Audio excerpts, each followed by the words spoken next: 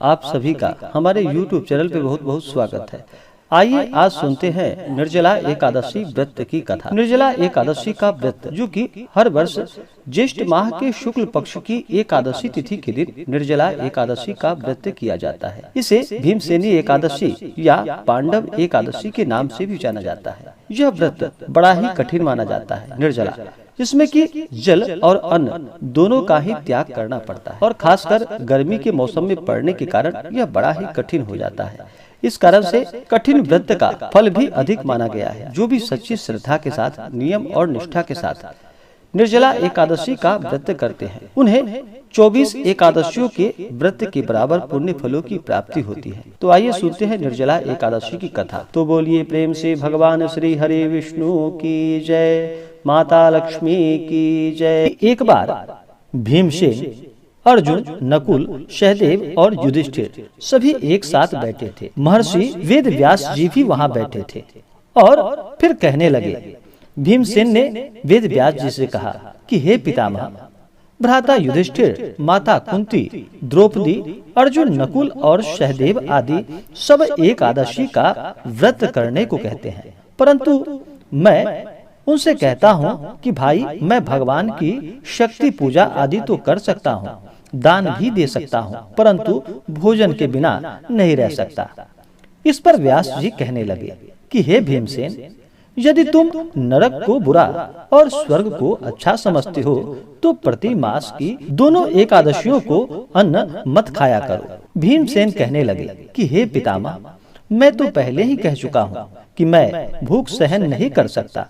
यदि वर्ष भर में कोई एक ही व्रत हो तो वह मैं रख सकता हूँ, क्योंकि मेरे पेट में वृक नामक वाली जो अग्नि है सो मैं भोजन किए बिना नहीं रह सकता। भोजन करने से वह शांत रहती है, इसलिए पूरा उपवास तो क्या, एक समय भी बिना भोजन किए रहना मेरे लिए कठिन होगा। अतः आप मुझसे कोई ऐसा व्रत बतलाइए जो कि वर्ष में केवल एक ही बार करना पड़े और मुझे स्वर्ग की प्राप्ति हो। तो व्यास जी कहने लगे कि हे पुत्र, बड़े बड़े ऋषियों ने बहुत शास्त्र आदि बनाए हैं, जिनसे बिना धन के थोड़े परिश्रम से ही स्वर्ग की प्राप्ति हो सकती है। इसी प्रकार शास्त्रों में दोनों पक्षों की एकादशी का व्रत मुक्ति के लिए रखा जाता है। व्यास जी के वचन को सुनकर भीमसेन नरक में जाने के नाम से ही भयभीत हो गए और कांपकर कहने लगे कि अब क्या करूं? मास में 2 व्रत तो मैं नहीं कर सकता, हाँ, वर्ष में एक व्रत करने का प्रयत्न अवश्य कर सकता हूँ।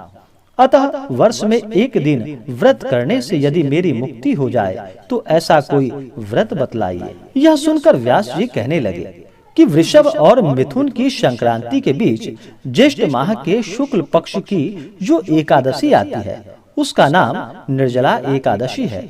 तुम उस एकादशी का व्रत करो। इस एकादशी के व्रत में स्नान और आचमन के सिवा जल वर्जित माना गया है, अन्यथा वह मद्यपान के सदृश हो जाता है। इस दिन भोजन नहीं करना चाहिए, क्योंकि भोजन करने से व्रत नष्ट हो जाता है। यदि एकादशी को सूर्योदय से लेकर द्वादशी के सूर्योदय तक जल ग्रहण ना करे तो उसे सारी एकादशियों के व्रत का फल प्राप्त होता है। द्वादशी को सूर्योदय से पहले उठकर स्नान आदि करके ब्राह्मणों को दान आदि देना चाहिए। इसके पश्चात भूखे और शतपात्र ब्राह्मणों को भोजन कराकर फिर उन्हें दान दक्षिणा देकर भोजन ग्रहण करना चाहिए। इसका फल पूरे एक वर्ष की संपूर्ण एकादशियों के बराबर होता है। व्यास जी कहने लगे कि हे भीमसेन, यह मुझको स्वयं भगवान ने बताया है। इस एकादशी का पुण्य समस्त तीर्थों और दानों से अधिक है। केवल एक दिन मनुष्य निर्जल रहने से पापों से मुक्त हो जाता है। जो मनुष्य निर्जला एकादशी का व्रत करते हैं उनकी मृत्यु के समय यमदूत आकर उन्हें नहीं घेरते, वरन भगवान के पार्षद उन्हें पुष्पक विमान में बिठाकर स्वर्ग को ले जाते हैं। अतः संसार में सबसे श्रेष्ठ निर्जला एकादशी का व्रत है, इसलिए यत्न के साथ इस व्रत को करना चाहिए। उस दिन ओम नमो भगवते वासुदेवाय इस मंत्र का उच्चारण करना चाहिए और गौ का दान करना चाहिए। इस प्रकार व्यास जी की आज्ञा अनुसार भीमसेन ने इस व्रत को किया। इसलिए इस एकादशी को भीमसेनी एकादशी या पांडव एकादशी भी कहा जाता है।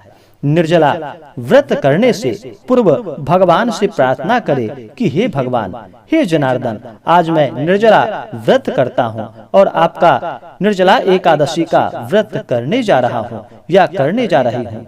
इस प्रकार से भगवान से प्रार्थना करते हुए दूसरे दिन भोजन करूंगा। मैं इस व्रत को श्रद्धा पूर्वक करूंगा। अतः आपकी कृपा से मेरा सब पाप नष्ट हो जाए।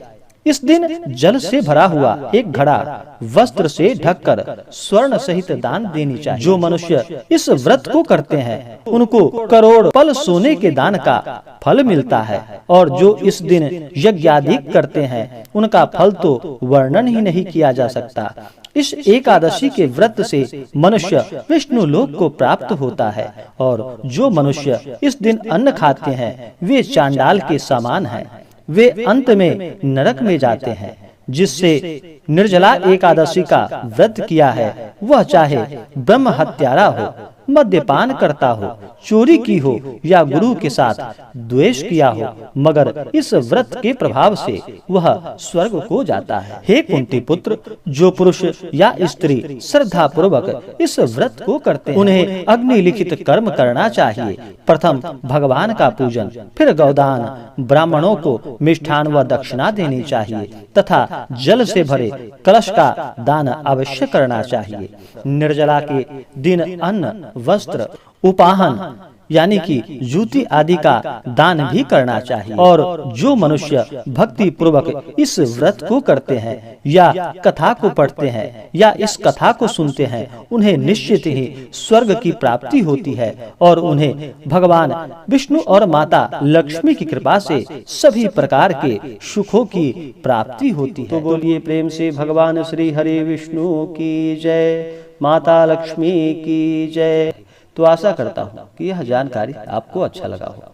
ऐसे ही ज्ञानवर्धक जानकारियाँ प्राप्त करने के लिए हमारे इस चैनल पे अगर आप नए हैं तो चैनल को लाल बटन दबा करके सब्सक्राइब करें, साथ में बेल आइकन घंटी दबाएं ताकि मेरे वीडियो का नोटिफिकेशन आपको समय से मिलता रहे।